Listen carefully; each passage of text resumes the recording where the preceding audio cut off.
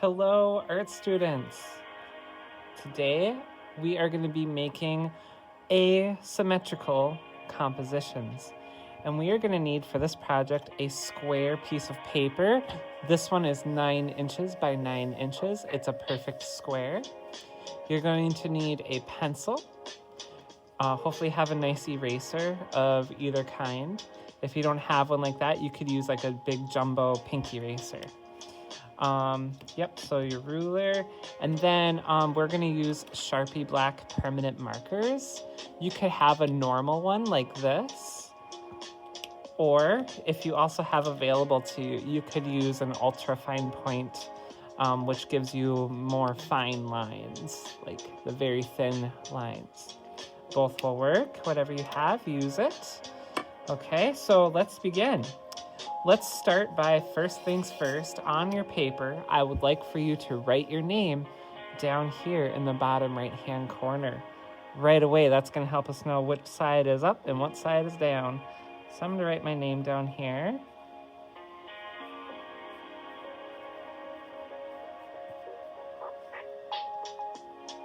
Okay.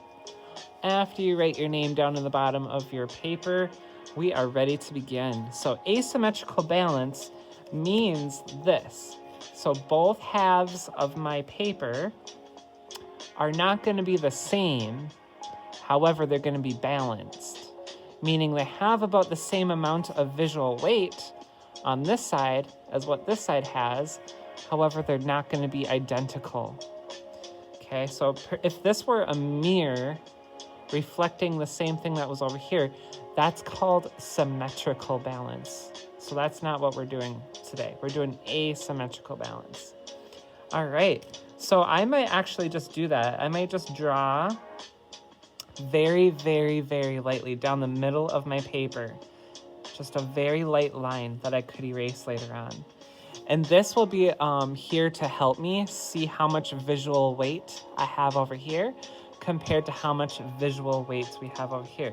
Now, what does that mean, visual weight? Well, it simply means where are your eyes looking? Where do your eyes have their attention drawn to? That's called visual weight. Basically, anything that you're adding onto your paper becomes visual weight. To a different extent, sometimes it's more than others. So let's begin. So I'm going to take my pencil here, and I'm going to start creating vertical lines. Now your vertical lines, they can go all the way across the paper, like that. Or if you want, they could stop in the middle, like right there. But I want this one to go all the way, okay? Then, so that's a vertical line. And like I said, you can have them stop maybe halfway or anywhere. If you want it to stop up higher, maybe right about here, you could do that too. Okay.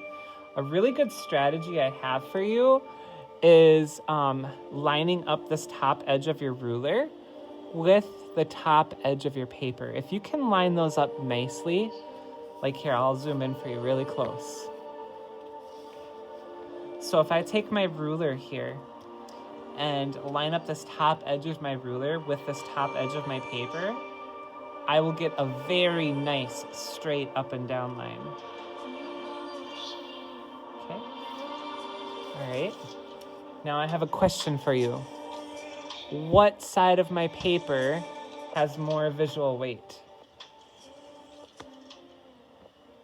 Does the left side have more visual weight, or does my right side have more visual weight?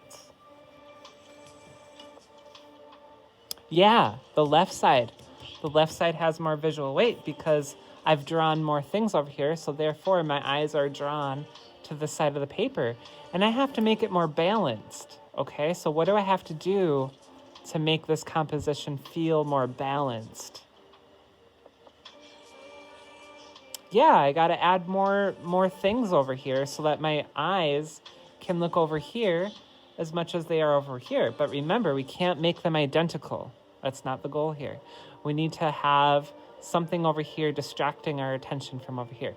Think of it as counterbalancing, okay?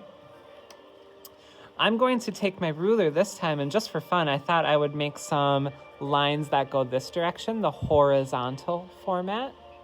And again, I'm going to line up my edge of my ruler with my edge of my paper over here. As you can see, line them up nicely like that.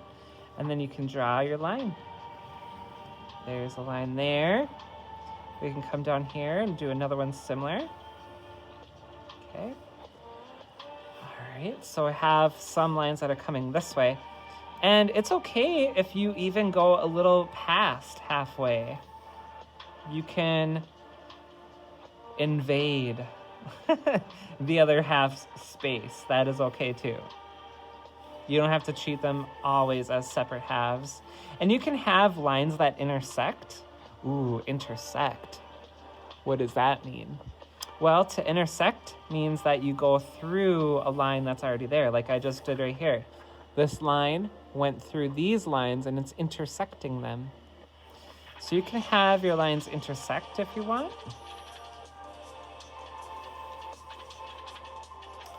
Okay, this is looking pretty good so far. All right, I'm gonna stop this video right here and I'll show you in the next video how to use your Sharpie permanent markers. I'll see you there.